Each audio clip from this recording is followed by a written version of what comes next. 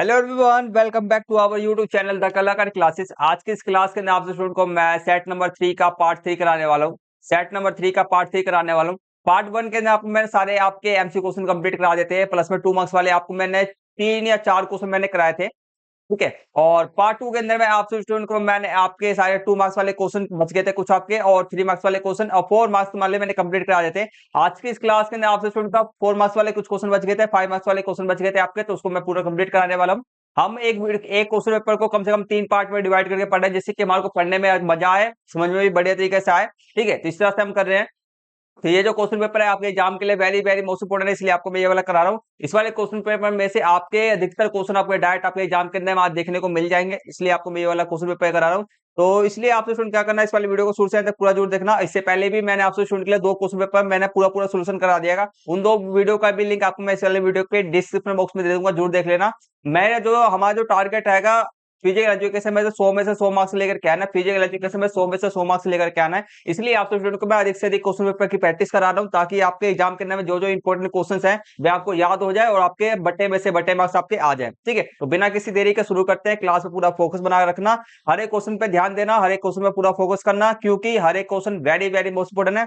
कोई सा भी क्वेश्चन आपके एग्जाम के अंदर में डायरेक्ट उठ के आ सकता है। ठीक है, आपको पता होगा कि मैंने पिछली क्लास के अंदर में आपका 31 का क्वेश्चन मैंने कंप्लीट करा दिया था। आज की इस क्लास के अंदर आप स्टूडेंट को मैं 32 से क्वेश्चन हमारे करना है। देखो चलो करते हैं। सॉरी। तो 32 से नीचे दिए गए चित्र को का अध्ययन करें। चित्र का अध्ययन करना है। देखो ये जो हमारा बोल है वह हमारा स्थिर बोल है। क्या मेरा स्थिर रुका हुआ बोल है, और ये हमारा जो बोल है मेरा गतिशील बोल है। क्या मेरा गतिशील बोल है। ठीक है, आगे बात करते हैं। उपयुक्त अध्ययन अपने ज्ञान के आधार पर निम्न प्रश्नों के उत्तर दीजिए। ठीक है, तो फर्स्ट क्वेश्चन हमारे सामने में दर्शाया गया है कि चित्र 1 में गेंद को गतिमान बनाने के लिए गति के किस नियम का प्रयोग किया जाएगा। देखो ये हमारा क्या है, गति स्थिर है, स्थिर बोल रहा है, तो मैं कौन से गति का नियम करूंगा भाई। इसको देखो गतिमान बनाने के लिए मैं कौन सा गति का कौन सा नियम का, गति के 3 नियम है, तो कौन से नियम का यूज करूंगा। पहले नियम का, जड़त्व का गति का पहला नियम बोल सकते हो, या हम जड़त्व का पहला नियम बोल सकते हैं। ठीक है, तो हम इसमें करेंगे क्योंकि देखो क्योंकि इसका नाम क्या रहेगा हमारा, जड़त्व का पहला नियम करेंगे, जड़त्व का नियम या गति का पहला नियम करेंगे। क्यों, क्योंकि देखो ये स्थिर है, जब तक हम इसको हिलाएंगे नहीं तब तक वह गतिशील होगा ही नहीं। ठीक है, तो ये जड़त्व का नियम हो गया। आगे करते हैं बी। चित्र बी में गेंद को धीमा करने के लिए कौन सा बल कार्य कर रहा है। अब ये गेंद क्या है, चलते जा रहा है। ठीक है, गति करते जा रहा है, करते जा रहा है। अब इस पे एक बल लगेगा, इस पे क्या लगेगा, इस गेंद पे एक बल लगेगा, जिसके कारण क्या है वह रुक जाएगा। तो क्या लगेगा, घर्षण लगेगा। क्या लगेगा, घर्षण बल लगेगा। ठीक है, घर्षण बल लिखना, घर्षण बल। नेक्स्ट हमारा करते हैं थर्ड। गति का कौन सा नियम बाउंस की गुणवत्ता को निर्धारित करता है। गति का कौन सा नियम बाउंस की गुणवत्ता को क्या करता है, हमारा निर्धारित करता है। तो ये जो हमारा हैगा त्वरण का नियम। ठीक है, गति का तीसरा नियम बाउंस की गुणवत्ता को निर्धारित करता है, या इसको तीसरे नियम को हम क्रिया प्रतिक्रिया का नियम भी कहते हैं। कैसे होता है, देखो जैसे कि आप बाउंस को जैसे आप फेंकोगे भाई उसी प्रकार से करेगा ना, जैसे आप फेंकोगे उसी प्रकार से वो बाउंस करेगा। अगर आप सीधे फेंकोगे डायरेक्ट तो डायरेक्ट बोल जाएगा, अगर आप बाउंस वाला फेंको तो बाउंस वाला जाएगा। तो आपके क्रिया के ऊपर डिपेंड करता है, आपके क्रिया के ऊपर प्रतिक्रिया, रिएक्शन के एक्शन के ऊपर रिएक्शन आपका पर डिपेंड है। ठीक है, नेक्स्ट करता है हमारा डी है कि किसी वस्तु का डैश प्रत्यक्ष रूप से वस्तु के द्रव्यमान और उस पर लगाए गए शुद्ध बल पर निर्भर करता है। किसी वस्तु का क्या, किसी वस्तु का क्या, किसी वस्तु का डैश प्रत्यक्ष रूप से वस्तु का द्रव्यमान उस पर लगाए गए बल पे, तो किसी वस्तु का त्वरण, किसी वस्तु का त्वरण, या आप बोल सकते हो गति, या बोल सकते हो आप गति। त्वरण या गति आपका प्रत्यक्ष रूप से किसी वस्तु के द्रव्यमान या उस पर लगाए गए शुद्ध बल पर निर्भर करता है। ठीक है, जितना आप लगाओगे, जितना आप बल लगाओगे उतना ही वह तेजी से जाएगा, और उसका जो बल आपका देखो, जितना आप किसी को गेंद है ये मेरे पास में, ठीक है, मैं जितना बल लगाऊंगा उतना ही वह दूरी पे जाएगा। ठीक है, उतना ही तेज, जितना बल लगाऊंगा उतना ही तेजी से वह जाएगा। प्लस में उसका जो द्रव्यमान होगा ना, उसके कारण ना वह, उसके कारण क्या होगा, उसके कारण वह रुकेगा। ठीक है, उसके कारण क्या करेगा, वह रुकेगा। तो यहाँ पर हमारा क्या होगा, यहाँ पर हमारा त्वरण है, त्वरण। आगे करते हैं, नेक्स्ट क्वेश्चन ने सीखा है जब क्रिकेट बॉल का एक निश्चित वेग से चलती है तो खिलाड़ी को गेंद को अपने हाथ में आराम से लाने के लिए मंदक बल लगाना पड़ता है। इस उदाहरण में न्यूटन के किस नियम का प्रयोग किया जा रहा है। देखो जैसे कि एक गेंद है ना, एक गेंद आपके पास में उड़ते हुए आ रहा है, आप उसको गेंद को कैच करने के लिए कुछ ना कुछ स्थिति बनाओगे, हाथ को बनाओगे, प्लस में कुछ ना कुछ बल भी लगाओगे। हाथ को जैसे कि आप बल को से लगाओगे, आप उसको हाथ में पकड़ के हाथ पीछे की ओर कर लोगे। ठीक है, आपको रिएक्शन तो पता है पूरा, आप इमेजिन करो दिमाग करने में, जैसे मैं बता रहा हूँ। ठीक है, तो इसमें कौन सा गति का नियम लगेगा? इसमें गति का हमारा दूसरा नियम ही लगेगा, गति का दूसरा नियम ही लगेगा।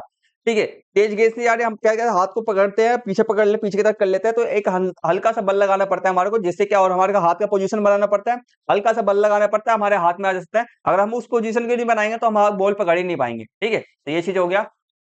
आगे करते हैं, बस ये हमारा यहाँ तक हो गया। आगे बात करते हैं, खेल के उचित उदाहरण देते हुए न्यूटन के दो गति के नियमों का विस्तार करना है। ठीक है, तो दो गति का नियम बताना है इसके अंदर में, जैसे कि जो बच्चे आपका 32 वाला क्वेश्चन जो बच्चे नहीं कर सकते हैं उनके बच्चे को लिए ये क्वेश्चन है। ठीक है, तो चलो इसके आंसर्स को देखते हैं। ये तो आंसर बहुत आसान है, गति के दो नियम को हमारे को बताना है। गति के दो नियम, पहला हम नियम लेते हैं गति का पहला नियम, या इसको हम जड़त्व का नियम भी कहते हैं। सबको पता है इस गति के बारे में, इसमें हम क्लास 9 10 से पढ़ते हुए आते हैं, और 9 10 भी छोड़े यार, 6 या 7 या 8 से हम पढ़ना स्टार्ट कर देते हैं इस चीज को। ठीक है, तो एक वस्तु को आराम अवस्था या गतिशील अवस्था में है, एक वस्तु जो हमारा आराम अवस्था में या रुका हुआ में गतिशील में है, वह वस्तु तब तक उसी अवस्था स्थिति में रहेगी, जब तक उसी या तो चलते रहेगा, या तो रुका है तो रुके रहेगा। ठीक है, जब तक उस पर किसी बाहरी बल का उपयोग ना किया जाए, जब तक उस पर, जैसे कि ये पेन है, मैं क्या करूं, मैं इसको, मैं ऐसे है। ठीक है, मेरा हाथ भी है, जैसे कि मेरा, क्या बताऊं यार, बॉल है, वो रुका हुआ बॉल है, जब तक मैं उसको हिलाऊंगा नहीं तक हिलेगा नहीं भाई। समझ में आ गया? आगे उदाहरण देखो, एक फुटबॉल स्थिर या गतिशील अवस्था में तब तक रहेगी जब तक उस पर कोई भारी बल जब तक उस पर कोई किक ना मारे, बल या अर्थात किक ना मारे। ठीक है, सिंपल सा है। नेक्स्ट क्वेश्चन है, न्यूटन का दूसरा नियम आपका, इसको त्वरण का नियम भी कहते हैं। किसी वस्तु के त्वरण में परिवर्तन उसके द्वारा उत्पन्न शक्ति के प्रत्यक्ष रूप से समानुपाती तथा इसके सहती मतलब कि, समझ आता हूँ, व्यक्तनुपाती होता है। मतलब कि किसी वस्तु का जो त्वरण होता है ना, किसी वस्तु का त्वरण मतलब गति, ठीक है, वह उसके द्रव्यमान के समानुपाती क्या होता है, सॉरी, ये हमारा ये बल के समानुपाती क्या होता है हमारा, ये शक्ति, ये मतलब क्या है, यहाँ पर बल है। ठीक है, बल के समानुपाती, और आपका जो द्रव्यमान के व्यक्त कर्मानुपाती। ठीक है, व्यक्त कर्मानुपाती, द्रव्यमान के व्यक्त कर्मन अनुपाती। तो ये जो आपका होता है ना, ये चीज ऐसा होता है। ठीक है, मतलब कहने का मतलब क्या है भाई, जितना तेज से आप, जैसे कि गति आपका कोई भी बोल है, कितना तेज से गति करेगा, वह वो डिपेंड करता है आपके जितना तेज से आपने फेंका है। ठीक है, अब वह रुकेगा कब तक? ठीक है, वह रुके जाएगा कैसे, क्योंकि इसके ऊपर द्रव्यमान है, द्रव्यमान के कारण वह रुक जाएगा। तो इसका मतलब त्वरण आपका ये है। तो ये उदाहरण आपका देख लो, एक भाला फेंकने वाले खिलाड़ी को 600 ग्राम जैवलिन की तुलना में 800 ग्राम जैवलिन में अधिक बल लगाना पड़ेगा। तो इसमें भाई यही चीज है कि भाई 600 ग्राम का जैवलिन रहेगा, भाई 800 ग्राम का है, तो भाई जिसमें ज्यादा भारी वजन रहेगा, वजन क्या करता है ना, सिंपल से यहाँ पे कहा जा रहा है कि भाई वजन ना आपके दूसरे जो वजन है अपना, दूसरे नियम को क्या करता है, प्रभावित करता है। वजन आपका ज्यादा रहेगा तो आपको ज्यादा दम लगाना पड़ेगा। ठीक है, ज्यादा फोर्स लगाना पड़ेगा। वजन कम रहेगा तो आपको बल कम लगाना पड़ेगा। ठीक है, कहने का मतलब है ये है कि आपका जो गति है किस पे डिपेंड करता है, आपको दो चीज पे गति डिपेंड करता है। पहला तो हमारा किस पे आएगा, हमारा ये क्या नाम पहला था, बल पर। दूसरा है हमारा द्रव्यमान पर। ठीक है, गति मेरा जो हैगा, गति मेरा जो त्वरण है मेरा हैगा बल और द्रव्यमान पर। अगर मेरा बल बढ़ेगा, अगर मेरा बल, देखो मेरा बल बढ़ेगा तो द्रव्यमान घटेगा। सिंपल सी बात है। अगर मेरा क्या है यहाँ पर, देखो बल मुझे यहाँ पे 600 ग्राम का था और ये 800 ग्राम का है। ठीक है, मुझे 600 ग्राम वाले में बल क्या कम लगाना पड़ा। ठीक है, 800 ग्राम में बल मुझे ज्यादा लगाना पड़ेगा। ठीक है, कुल मिला के जो त्वरण आपका शक्ति गति है आपका, ये दो चीज पे डिपेंड करता है। तो अगर ये देखो ये बढ़ेगा, ठीक है, ये बढ़ेगा तो ये घटेगा, ये घटेगा तो ये बढ़ेगा, ऐसे होता है। ठीक है, चलो आगे करते हैं। नेक्स्ट नंबर थर्ड आएगा न्यूटन के तीसरा नियम, पति क्रिया प्रतिक्रिया का नियम। जैसे कि आपका ये दोस्त हैगा, ठीक है, आपने किसी अपने दोस्त को क्या करा, उसने उसको हेल्प था, उसको पेन की आवश्यकता थी। ठीक है, तो आपने उसको पेन दे दिया। ठीक है, बदले में आप कभी भी आप मुश्किल में रहोगे तो वह भी आपको पेन देगा ना। ठीक है, तो क्रिया का प्रतिक्रिया होगा, सीधी सी बात है। या ऐसे भी मत करो भाई, किसी जैसे कि क्या दूं, बाकी चीजें देख लो। देखो प्रत्येक क्रिया के बराबर एक विपरीत प्रतिक्रिया होती है। उदाहरण के लिए तैरते समय हम जब पानी को पीछे की ओर धकेलते हैं, हम क्या पानी को पीछे के ऐसे करते हैं, तो पानी हमारे को क्या करता है ना, आगे की ओर धकेलता है। तो ये इसका एग्जाम्पल हो गया बस। ठीक है, कोई भी दो का आपको लिखना है। आगे बढ़ते हैं, हमारा आगे इंग्लिश मीडियम वाले स्टूडेंट अपने क्वेश्चंस को देख लें। आगे बढ़ते हैं अब हमारा क्वेश्चन है 1333। चित्र से संबंधित निम्न प्रश्नों का हमारे को उत्तर देना है। बहुत आसान क्वेश्चन है, चलो करते हैं। तो पहला क्वेश्चन हमारे चित्र डैश में दर्शाए गए प्रतीक चिन्ह का संबंध विशेष ओलंपिक से है। बताइए डैश के नाम है किसका जो हमारा प्रतीक, कौन सा मेरा प्रतीक चिन्ह हमारा विशेष ओलंपिक से है। बताओ तीनों में से कौन सा विशेष ओलंपिक का प्रतीक चिन्ह है?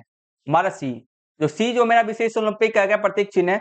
आगे करते हैं, हमारा विशेष ओलंपिक का संस्थापक कौन थे? विशेष ओलंपिक के संस्थापक कौन थे हमारे? विशेष ओलंपिक जो संस्थापक थे मेरे यूनिस, ठीक है, यूनिस कैनेडी सीकर थे, यूनिस कैनेडी सीकर थे, ठीक है। आगे बात करते हैं, हमारा तीसरा थर्ड क्वेश्चन, चित्र बी के हाथों, ठीक है, अनुसार हाथों के ओके या गुड या ग्रेट के आकार जो वृत्त के एक दूसरे पर परस्पर व्याप्त होते हैं, डैश के लिए मूल चिन्ह का प्रतिनिधि करते हैं, डैश के लिए मूल चिन्ह का प्रतिनिधित्व करते हैं। डैश किस चीज के लिए, मतलब कि किस चीज के लिए प्रतिनिधित्व करते हैं हमारा, मतलब कहने मतलब ये जो आपका ओके बना पड़ा है हाथों के उंगली से बोल सकते हो, ठीक है। तो ये किस चीज का प्रतिनिधित्व करता है, कौन से खेल का, मतलब कौन से खेल का सीधे सीधे पूछा है, कौन से खेल का लोगो है, बस सीधे से पूछा जा रहा है, डेफलिम्पिक खेल का लोगो है, ठीक है। आगे करते हैं, हमारा रोम में 1960 में प्रथम ओलंपिक पैरालंपिक खेलों में कितने देश ने हिस्सा लिया था? रोम के अंदर में कितना प्रथम ओलंपिक खेल के अंदर में कितना, देखो पैरालंपिक खेल की शुरुआत कब हुआ था आपका? रोम के अंदर में 1960 के अंदर हुआ था, ये ध्यान रखना हमेशा, ठीक है। तो कितने देशों ने भाग लिया था? 23 देशों ने भाग लिया था। आगे करते हैं, पैरालंपिक खेल का आदर्श वाक्य क्या है? स्पिरिट इन मोशन, स्पिरिट, ठीक है, स्पिरिट इन मोशन, स्पिरिट, ठीक है, स्पिरिट इन मोशन। आगे बात करते हैं, नेक्स्ट क्वेश्चन हमारा आएगा दृष्टिबाधित छात्रों के लिए प्रश्न है हमारा, विशेष आवश्यकता वाले बच्चों के लिए सारी गतिविधि को सुगम बनाने के लिए किन्हीं 4 रणनीति की व्याख्या करना है। विशेष आवश्यकता वाले बच्चे आएंगे, उनको सारी गतिविधि को क्या करना है, उनके लिए आसान बनाना है, तो हम क्या क्या कर सकते हैं उनके लिए, तो 4 को भी हमारे को करना है, चलो करते हैं। तो ये रहा मेरे पास, मैंने कई सारे पॉइंट 5 पॉइंट्स लिख रखे हैं, कोई भी आप 4 पॉइंट्स याद कर लेना ये। और देखो मैं आपको बता देता हूँ, हर एक question very very most important है, क्वेश्चन पे क्वेश्चन आपके एग्जाम के अंदर में आ सकता है। हर एक क्वेश्चन का आंसर ना लिख लिख करके ना, हर एक क्वेश्चन का आंसर लिख लिख के पैसे 2 से 3 बार हर एक क्वेश्चन का प्रैक्टिस कर लेना। जितने भी मैंने क्वेश्चन पेपर करा रहा हूँ, ये मेरा तीसरा क्वेश्चन पेपर पूरा कंप्लीट होने वाला है, इसके आगे और भी क्वेश्चन पेपर आपको मैं कराऊंगा। तो इससे पहले जितने भी 3 क्वेश्चन पेपर आपको मैंने कराए हैं, सारे के एमसी क्वेश्चन से लेकर के 5 क्वेश्चन का हर एक क्वेश्चन का आंसर, भाई एमसी क्वेश्चन तो छोड़ दो, ऐसे पढ़ लोगे, बाकी 2 मार्क्स वाले, 3, 4, 5 वाले मार्क्स वाले क्वेश्चन का हर एक क्वेश्चन का आंसर भाई लिख लिख के प्रैक्टिस कर लेना। जितने क्वेश्चन मैं करा रहा हूँ वही क्वेश्चन आपके एग्जाम के अंदर में आएगा, उससे बाहर बिल्कुल 1% भी नहीं आएगा, ठीक, 1% बल्कि मैं बोल सकता हूँ, बाकी 99 पॉइंट, ठीक है, 99% जो आपका आएगा उसमें से आएगा, इससे बाहर नहीं आएगा, ठीक है। चलो आगे बात करते हैं फर्स्ट हमारा, प्रत्येक बच्चों की विशिष्ट क्षमताओं और क्षमताओं को समझने के पूर्ण चिकित्सा परीक्षण, पूर्ण फिर जाके पहले पहले उनकी क्षमताओं को समझना पहले, ठीक है, समझने के लिए आपका पूर्ण चिकित्सा परीक्षण कराना उनका, ठीक है, टेस्टिंग करना, फिर उनका मूल्यांकन आवश्यक है, मतलब कि उनकी क्षमताओं को देखना वह कैसे है कैसे नहीं है। आगे कहते हैं ताकि उचित सहायता और व्यक्तिगत व्यायाम कार्यक्रम बनाए जा सके। सेकंड हमारा बच्चों की आवश्यकता के अनुसार नियमों के में बदलाव किया जाना चाहिए, जैसे कि अतिरिक्त समय देना या खेल के नियमों को सरल बनाना ताकि वे प्रभावी ढंग से भाग ले सके। थर्ड हमारा आवश्यकता अनुसार विशेष उपकरण प्रदान किए जाने चाहिए, जैसे कि दृष्टिबाधित बच्चों के लिए आवाज उत्पन्न करने वाले बोल, और या उन छात्रों की मदद करना जो व्हील चेयर का उपयोग करते हैं। फोर्थ हम लिख सकते हैं सारी गतिविधि के लिए एक सुरक्षित और समतल और सुरक्षित वातावरण प्रदान करना उनको, ठीक है, ताकि उनको चोट न लग जाए। फिर हम लिख सकते हैं अन्य उपाय, बच्चों को प्रोत्साहित करना, उनको उत्साहित करना, भाई प्रोत्साहित करना, उनके विकास विश्वास को बढ़ाना भी जरूरी है ताकि वह शारीरिक रूप से सक्रिय रहने में रुचि ले, ठीक है, भाई उनको प्रेरित करते रहना, उनके आत्मविश्वास में बढ़ोतरी करवाना, जिससे कि वह खेलों के में भागीदारी ले, ठीक है। तो ये सब काम करके हम कर सकते हैं, ठीक है। चलो हमारा नेक्स्ट खंड हमारा स्टार्ट होता है, खंड या घा बोल सकते हैं उसको, ठीक है, या है घा है पता नहीं, या तो बहुत आगे हो जाएगा, घा होगा ये। तो करते हैं, हमारे यहाँ से क्वेश्चन हमारे कितने आएंगे, किन्हीं 3 क्वेश्चन को आपको करना है, ध्यान रखना, किन्हीं 3 क्वेश्चन को 4 क्वेश्चन में से कोई भी 3 का आपके एग्जाम के अंदर में देना है, ध्यान रखना हमें सब, ठीक है। तो कर दो, चलो करते आएंगे, तो कोई भी 3 का आंसर देना हमारे को, बाकी तो हम तो सभी का आंसर देंगे, ठीक है। चलो क्वेश्चन हमारा है उच्च रक्तचाप की रोकथाम के लिए किन्हीं के लिए उपयोग किए जाने वाले किन्हीं 4 आसनों की सूची बनाना है, 4 आसन के नाम देना है, और छठी आरेख की सहायता से, मतलब आरेख भी बनाना है हमारे को, इसमें से किसी एक की प्रक्रिया और विपरीत संकेत का हमारे को वर्णन करना है, ठीक है। चलो करते हैं, जस्ट 1 सेकंड प्लीज। और आपको क्वेश्चन पेपर का पीडीएफ चाहिए, क्वेश्चन पेपर का पीडीएफ चाहिए, आंसर का पीडीएफ चाहिए, तो आपसे स्टूडेंट क्या करना है, हमारे टेलीग्राम चैनल को ज्वाइन कर लेना, लिंक आपको इस वाले वीडियो के डिस्क्रिप्शन बॉक्स में मिल जाएगा, और क्वेश्चन पेपर 1 क्वेश्चन पेपर 2 का भी वीडियो का लिंक आपको मिल जाएगा, ठीक है। 1 सेकंड रुक जाना। चलो तो यह हमारा क्वेश्चन है, करते हैं।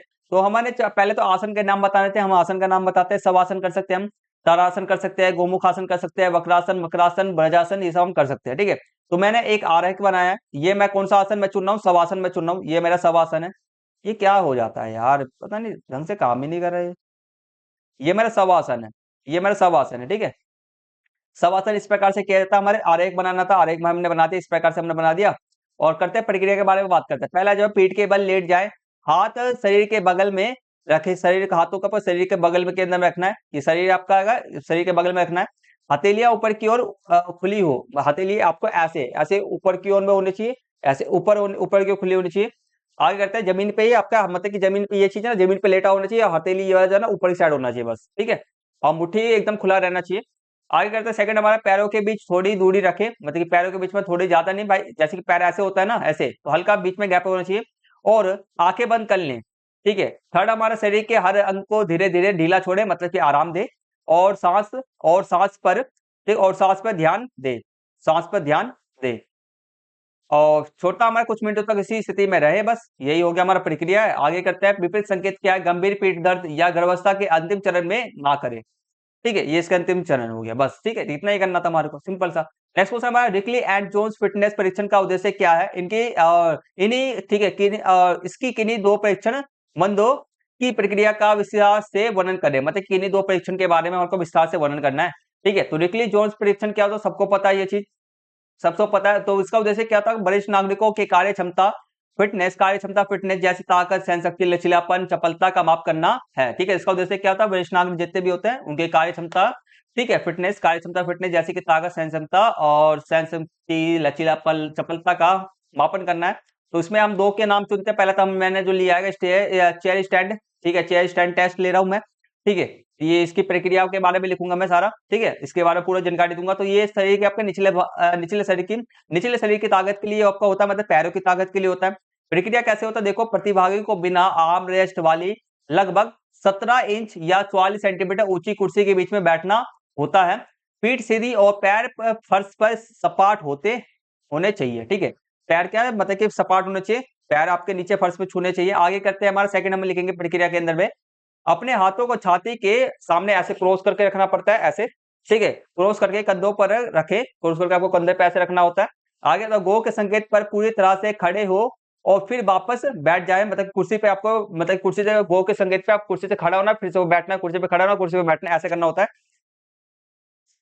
थोड़ी यह प्रक्रिया 30 सेकंड तक लगातार दोहराई जाती है, 30 सेकंड की लगातार दोहराई जाती है। आगे कहते हैं इसका स्कोरिंग कैसे करते हैं हम, 30 सेकंड में सही 30 सेकंड में की गई सही स्टैंड्स, मतलब उठने बैठक, ठीक है, उठने बैठने की कुल संख्या गिनी जाती है, ठीक है। बस इतनी सी प्रक्रिया थी, सिंपल सा, ठीक है। यहाँ तक समझ में आ रहा है, यस या नो कमेंट कर देना। यहाँ तक समझ में आ रहा है कि नहीं आ रहा है, कमेंट्स कर देना। अगर कोई भी डाउट हो, मैं आपका जो नेक्स्ट सेट पेपर आएगा उसमें आपका डाउट लेकर सोल्व करा दूंगा आपका, ठीक है।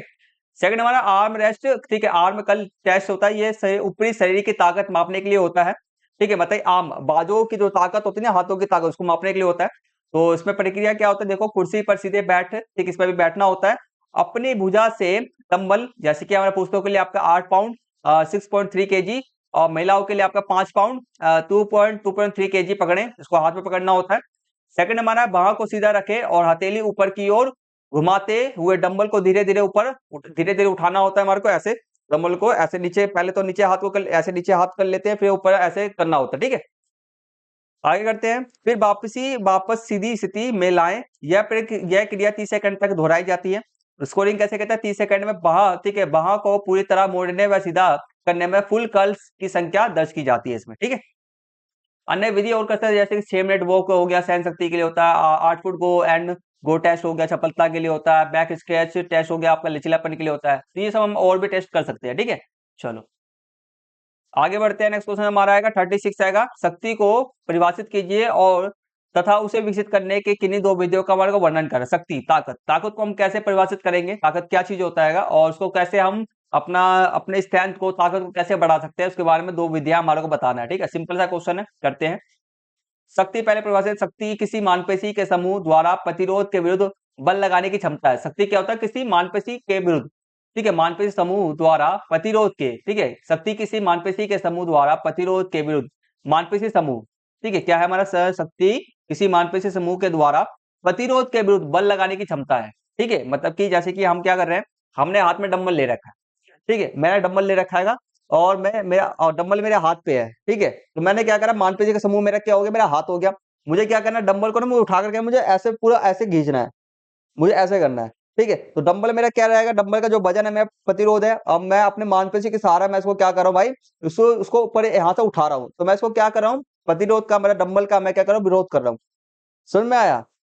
इस चीज को क्या कहते हैं, इस चीज को हम शक्ति कहते हैं। वही चीज मैंने लिख रखा है हिंदी के अंदर में, ठीक है। ये हो गया परिभाषा। दो विधियां करते हैं, तो दो विधि के अंदर पहला मैंने लिया है आइसोमेट्रिक व्यायाम, ठीक है। शक्ति बढ़ाने के लिए जो दो व्यायाम, दो विधियों को हमारे को बताना, दो व्यायाम को बताना, दो एक्सरसाइज बताना है, ठीक है। तो शक्ति के लिए तो आइसोमेट्रिक मैंने लिया। इस विधि में मांसपेशी काम तो करती है, लेकिन उसमें कोई गति या लंबाई में परिवर्तन दिखाई नहीं देता, ठीक है। मांसपेशी काम तो कर रही है बट दिखाई नहीं देता है। जैसे कि दीवार को धकेलना या फ्लैग करना, फ्लैग करने में हम सीधे सिंपल सा हाथ को रख करके पूरे शरीर का वजन उस पर दे देते हैं, तो उसमें कोई गति, मांसपेशी की कोई गति नहीं दिखती, बट फिर भी हमारा इससे क्या, मांसपेशी स्ट्रोंग होता है, ठीक है। तो ये हमारा हो गया।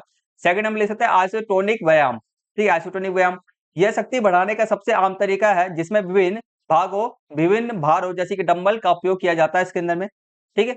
आगे बढ़ते हैं और सेकंड इसमें लिखेंगे हम, इसमें प्रतिरोध के विरुद्ध बार बार व्यायाम रेपिटेशन करने से मांसपेशी की ताकत और आकार में वृद्धि होती है। मतलब क्या, प्रतिरोध के विरुद्ध, जैसे कि हम क्या करते हैं, व्यायाम करते हैं, इसमें कई सारे हम क्या करते हैं, रेपिटेशन करते हैं। हमारे 3-4 सेट, 2 या 3 सेट होते हैं, उसके अंदर सेट के अंदर में 10 से 12 रेपिटेशन हमारे को करने होते हैं, ठीक है। तो वही सेम चीज है, बस वही चीज लिखा गया है।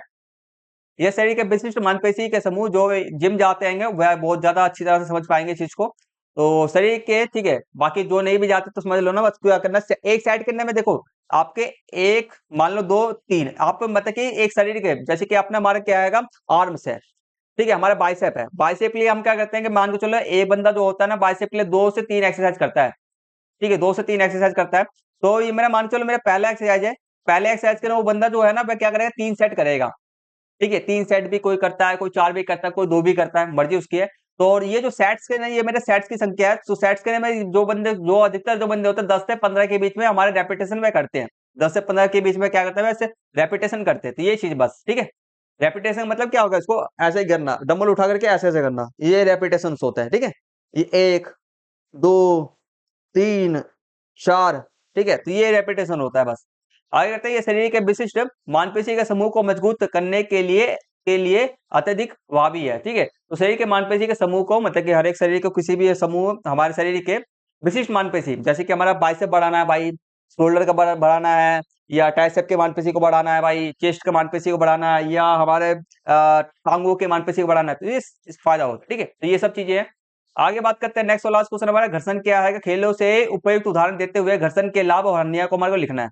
घर्षण क्या होता है, देखो, घर्षण एक प्रकार का बल है। घर्षण एक ऐसा बल है जो गति में अवरोध, रुकावट उत्पन्न करता है। घर्षण क्या होता है, हमारे गति के अंदर में घर्षण एक ऐसा बल है जो गति में अवरोध या रुकावट उत्पन्न करता है, ठीक है। एक तरह से सीधे बोल सकते हो भाई, घर्षण एक है, घर्षण क्या करता है, घर्षण एक बल है जो गति को रोकता है, बस इतना भी कह सकते हो आप, ठीक है। जो समझते हो ना वही लिखा करो, बस जो समझा आपने, मीनिंग को समझा उसको लिख लो बस, ठीक है। आगे करते हैं, घर्षण के लाभ करते हैं। तो घर्षण के लाभ के अंदर में आपको कितना, 2 लाभ लिखना है, और घर्षण के हानि के अंदर आपको 2 हानि लिखना है, ठीक है। मैं 3-3 पॉइंट दे रखे हैं, कोई 2-2 पॉइंट याद करना है आपको, ठीक है। पहला हमारा है कि घर्षण के लाभ, चलना और दौड़ना। अगर हम जो चल पा रहे हैं, हम दौड़ पा रहे हैं, घर्षण के कारण नहीं हो पा रहा है। अगर चलना दौड़ना भाई, अगर घर्षण ना हो ना, तो हम चलना दौड़ना आप चल ही नहीं पाएंगे, ठीक है। तो चलना दौड़ना घर्षण के कारण, ठीक है, घर्षण के कारण ही खिलाड़ी जमीन पर बिना फिसले चल दौड़ते पाते हैं। एथलीट और फुटबॉल खिलाड़ी पकड़ ग्रिप के बढ़ाने के लिए आप स्पाइस व स्टड वाले जूते पहनते हैं, जिससे घर्षण बढ़ता है, ठीक है। तो हमारा चलना और घर्षण, भाई उदाहरण भी दे दिया मैंने इसके अंदर में, और उसके बारे में भी, चलना दौड़ने के बारे में मैंने समझा भी दिया, ठीक है। हम चलना दौड़ना हम घर्षण के कारण ही कर पाते हैं। नेक्स्ट हमारा पकड़ बनाना। बैडमिंटन हो गया, टेनिस जैसे खेलों में खिलाड़ी रैकेट को मजबूती से पकड़ने के लिए ग्रिप का उपयोग करते हैं, जो घर्षण के कारण संभव हो पाता है। अगर वहां पर घर्षण ना हो तो भाई हम पकड़ ही नहीं पाएंगे बैडमिंटन को, ठीक है। तो ये उदाहरण हो गया, इसके बारे में भी समझा दिया। आगे बात करते हैं, हमारा ब्रेक वाला हो गया आगे, तो इसको आप खुद से पढ़ लेना। हानियों के बारे में बात करते हैं, ठीक है। जैसे कि हमारे जो घर्षण के कारण क्या होता है, हमारा ऊर्जा की हानि होता है, ठीक है। घर्षण गति का विरोध करता है, घर्षण गति का विरोध करता है, सबको पता है भाई, गति को क्या करता है, रोक देता है, जिससे खिलाड़ी को घर्षण पर काबू पाने के लिए अधिक ऊर्जा लगानी पड़ती है। अब घर्षण पे काबू मतलब कि क्या कर रहा है, घर्षण क्या है, गति को रोक रहा है भाई। तो भाई देख, जैसे कि मान चलो क्या होता है, मेरा घर्षण है, मैं हम क्या कर रहे हैं, स्पीड से दौड़ रहे हैं, ट्रैक पे स्पीड से दौड़ रहे हैं। अब हमारे जूते के ऊपर क्या लग रहा है, घर्षण लग रहा है। और घर्षण के कारण हमारे जो हमें एनर्जी लगा रहे हैं, कुछ ना कुछ हमारा शरीर का जो एनर्जी है ना, घर्षण करने चला जा रहा है, ठीक है। ये क्या कर रहा है, मुझे रोक रहा है, ठीक है। घर्षण क्या कर रहा है, मुझे रोक रहा है, फुल स्पीड से नहीं जाने दे पा रहा है, ठीक है। तो ये चीज हो गया। नेक्स्ट हमारा है हिसाब। ठीक है, जैसे कि खेल उपकरणों जैसे कि जूतों के तलवों या मशीनरी के पुर्जों में घर्षण के कारण घिसाव होता है, मतलब कि वह घिस जाते हैं तलवे, जैसे कि हम चलते चलते जैसे हमारे चप्पल हो गए, जूते हो गए, उसके तलवे क्या होता है, घिस जाते हैं। क्यों घिसते हैं? घर्षण के कारण घिसते हैं, तो ये भी एक हानि हो गया। थर्ड हमारा गर्मी उत्पन्न होना, ठीक है, घर्षण के कारण अत्यधिक ऊष्मा उत्पन्न हो सकती है। घर्षण के कारण अत्यधिक, जैसे कि हमारा बाइक हो गया, बाइक के अंदर में इंजन में क्या होता है बताओ? हमारे घर्षण के कारण तो भाई इसका जो घूमने वाला चीज होता है वो घूमता है, प्लस में हीट करता है वो, समझे बात को? हीट भी होता है, कई सारे मशीन जो हीट करते हैं, जैसे कि लैपटॉप घर्षण का, घर्षण मतलब इसमें लैपटॉप के अंदर फैन भी, जो फैन चलने वाला तो उसके कारण भी लैपटॉप हटा दो यार, लैपटॉप मत करो अभी, ठीक है। तो कई सारे मशीन होता है जिसके घर्षण के कारण अत्यधिक ऊष्मा उत्पन्न हो सकती है, जिससे कि कभी कभार उपकरण को नुकसान होता है। तो ये सब हमारे कारण से, ये सब हमारे को लिखना था। तो ये हमारा लास्ट क्वेश्चन था। आशा करता हूँ आप स्टूडेंट को यहाँ तक बढ़िया तरीके से समझ में आ गया होगा, और कोई भी डाउट आउट कुछ भी हो तो कमेंट्स कर देना।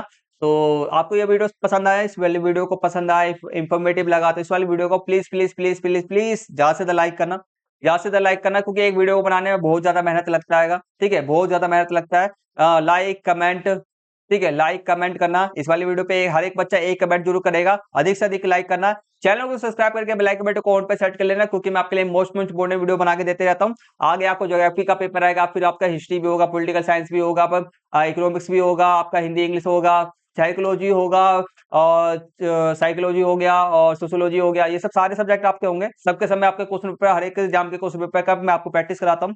तो इसलिए आपसे स्टूडेंट क्या करना, चैनल को सब्सक्राइब कर बेल आइकन बटन को ऑन पे सेट कर लेना, अपने दोस्तों के साथ में शेयर भी कर देना, ताकि आपको इंपॉर्टेंट देखने को मिलते रहे। चलो आज की क्लास को यही पे फिनिश करते हैं, मिलते हैं जल्दी से नेक्स्ट वीडियो के लिए। तब तक के लिए टेक केयर, टेक बाय, जय हिंद, जय Bharat, and thank you for watching.